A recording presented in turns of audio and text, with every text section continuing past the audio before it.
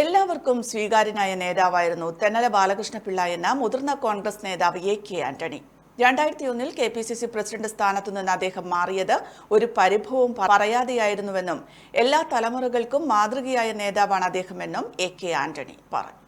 ഏറ്റവും ബഹുമാനായ ശ്രീ തെന്നല ബാലകൃഷ്ണപിള്ളയുടെ വേർപാടിൽ ഞാൻ എൻ്റെ അഗാധമായ ദുഃഖം രേഖപ്പെടുത്തുന്നു. കോൺഗ്രസ് രാഷ്ട്രീയത്തിലെ എൻ്റെ ജ്യേഷ്ഠ സഹോദരനായിരുന്നു അന്തരിച്ച ശ്രീ തെന്നല ബാലകൃഷ്ണപിള്ള. കേരളത്തിലെ കോൺഗ്രസിലെ സർവാദരണീയനായ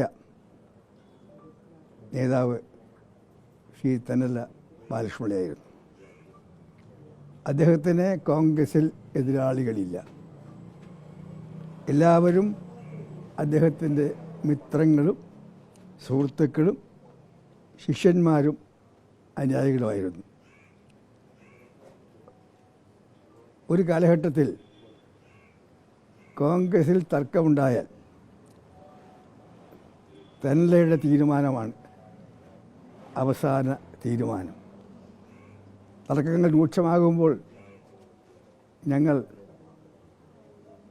എല്ലാവരും കൂടി ആലോചിച്ച് ആ തർക്കങ്ങൾ പരിശോധിച്ച് ഒരു തീരുമാനമുണ്ടാക്കുവാൻ തെന്നല ബാലകൃഷ്ണപിള്ള ചെയർമാനായ ഒരു കമ്മിറ്റിയെ തീരുമാനിച്ചു. ആ കമ്മിറ്റിയുടെ തീരുമാനം കേരളത്തിലെ കോൺഗ്രസ്സുകാരെല്ലാവരും അംഗീകരിക്കും. ആരും അതൊരിക്കലും ചോദിച്ചിട്ടില്ല. അതാണ് ഞാൻ പറഞ്ഞത്. അദ്ദേഹം കോൺഗ്രസ്സിലെ അവസാന വാക്കായിരുന്നു. കോൺഗ്രസ്സുകാർക്ക് മാത്രമല്ല, കേരളത്തിൽ എൻ്റെ അറിവിൽ എല്ലാ രാഷ്ട്രീയ നേതാക്കന്മാരും എല്ലാ സമുദായ നേതാക്കന്മാരും ഒരുപോലെ ബഹുമാനിച്ചിരുന്ന, എല്ലാവർക്കും സ്വീകാര്യനായ, എല്ലാവർക്കും ആദരനായ ഒരു പൊതുപ്രവർത്തനായ സാമൂഹ്യ പ്രവർത്തനായിരുന്നു തെന്നല ബാലകൃഷ്ണപിള്ള. അദ്ദേഹത്തിൻ്റെ ശതാഭിഷേകം നടന്നപ്പോൾ അദ്ദേഹം ജന്മനാടായ ശൂരനാട് നടന്ന അനുമോദന യോഗത്തിൽ പങ്കെടുക്കാനെത്തിയത് ബഹുമാനായ മുഖ്യമന്ത്രി പിണറായി വിജയനാണ്. അദ്ദേഹമാണ് ഉദ്ഘാടനം ചെയ്തത്. ആ യോഗത്തിൽ കാനൻ രാജേന്ദ്രനും രമേശ് ചെന്നിത്തലയും ഞാനുമെല്ലാം പങ്കെടുത്തിരുന്നു. അന്ന് കണ്ട കാഴ്ച, ശൂരനാടിൻ്റെ പഴയകാല ചരിത്രം എല്ലാവർക്കും അറിയാം. ആ പഴയ ശൂരനാടല്ല, ആ ശൂരനാട്ടിലെ പഴയ വൈരാഗ്യങ്ങളും പിണക്കങ്ങളും ശത്രുതയുമെല്ലാം മാറ്റിവെച്ചുകൊണ്ട് അന്ന് മുഖ്യമന്ത്രി പങ്കെടുത്ത അനുമോദന യോഗത്തിൽ ശൂരനാട്ടെ കോൺഗ്രസ്സുകാരും മാർക്സിസ്റ്റുകാരും കമ്മ്യൂണിസ്റ്റുകാരും മറ്റു പാർട്ടിക്കാരും കർഷകരും കർഷക തൊഴിലാളികളും എല്ലാം പങ്കെടുത്തു. അതാണ് തെന്നല ബാലകൃഷ്ണപിള്ള. കേരളത്തിലെ കോൺഗ്രസ്സുകാർക്ക് മാത്രമല്ല, എല്ലാവർക്കും സമാധാനനായ ഒരു നേതാവായിരുന്നു തെന്നല ബാലകൃഷ്ണപിള്ള. അദ്ദേഹം നീതിമാനായിരുന്നു. അദ്ദേഹത്തിന് സ്വന്തം അഭിപ്രായങ്ങളുണ്ട്. പക്ഷേ ഒരു തർക്കത്തിന് പരിഹാരം ഉണ്ടാക്കാൻ അദ്ദേഹത്തെ ഏൽപ്പിച്ചാൽ തർക്കത്തിൻ്റെ എല്ലാ വശങ്ങളും നോക്കി ആ തർക്കത്തിന് അദ്ദേഹം പരിഹാരം ഉണ്ടാക്കുന്നത് നീതിപൂർവമായിരുന്നു. നീതിമാനായ നേതാവായിരുന്നു അദ്ദേഹം.